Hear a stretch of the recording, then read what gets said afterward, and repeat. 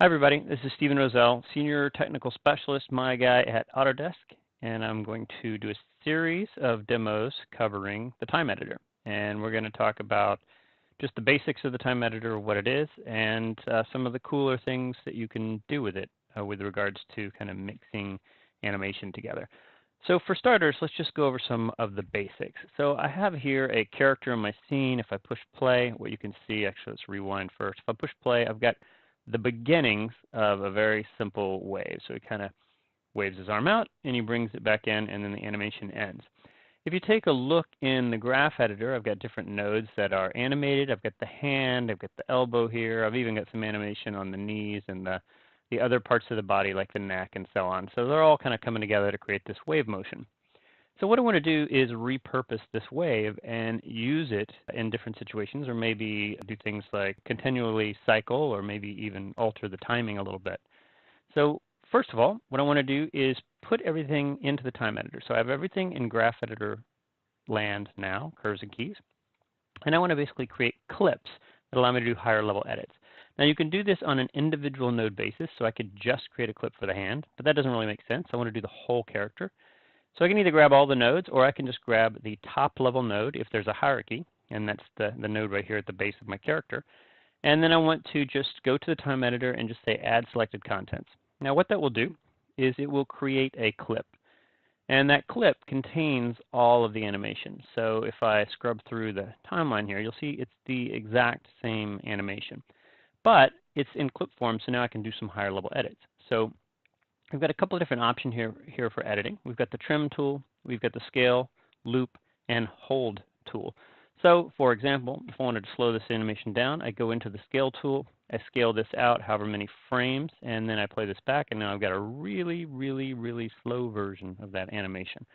Likewise, if I undo that, I can scale that in and accelerate the animation, and I could quickly increase the speed of the animation by 2 or 3 times if I want to. Now, other things that I can do are things like cycling. So once I've got the timing down, I can go into the cycle tool, the looping tool, drag that out, and now what you'll see is I get little tick marks representing each iteration of the cycle. So now when I play this back, I get a continuous looping wave. The problem now is that each iteration of the wave is exactly the same. There's no variation in the timing or the speed.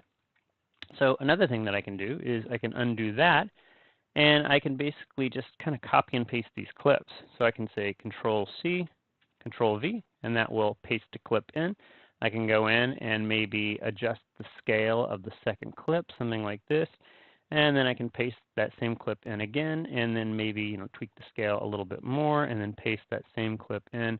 And maybe let's make this one a little bit faster. And now I've basically got 4 iterations that have kind of been manually created, and each of them picks up where the other left off. Now, if I wanted to make this even more varied, I could actually take each one of these clips and I can just drag and drop to overlap them.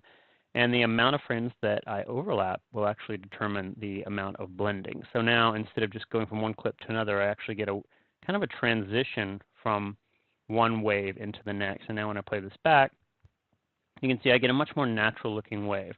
Maybe this one's a little bit too slow, but I can adjust that. Now I could take this a step further. I can take all this and I can just group that together into one kind of higher level node. And then I can take that group, copy, paste that group, and then I can kind of blend the group together. And then I can use something like my scale tool to change the timing on that group. So let's do it once more. Let's actually get rid of a couple of these tracks. You can just select and delete if you have additional tracks after you do the copying and pasting. So I'll paste in another group, I'll blend that in, and let's maybe retime this one a little bit. And now I've got roughly 200 frames with a kind of varying or a variable kind of blended waves. Now each one is a little bit different and adds a little bit more variety to the motion. And then of course I can take all of this and then I can group it together, and now I've created a series of groups, each of these containing a series of clips, and at the highest level on the group, I can go in and I can do things like scaling and cycling. If I need to say I need to fit all this exactly into 150 frames, I can scale that so it fits into 150 frames. And now when I play this back, I've got the same exact animation, but I've fit it into the exact time space that I need. So this is the time editor in a nutshell.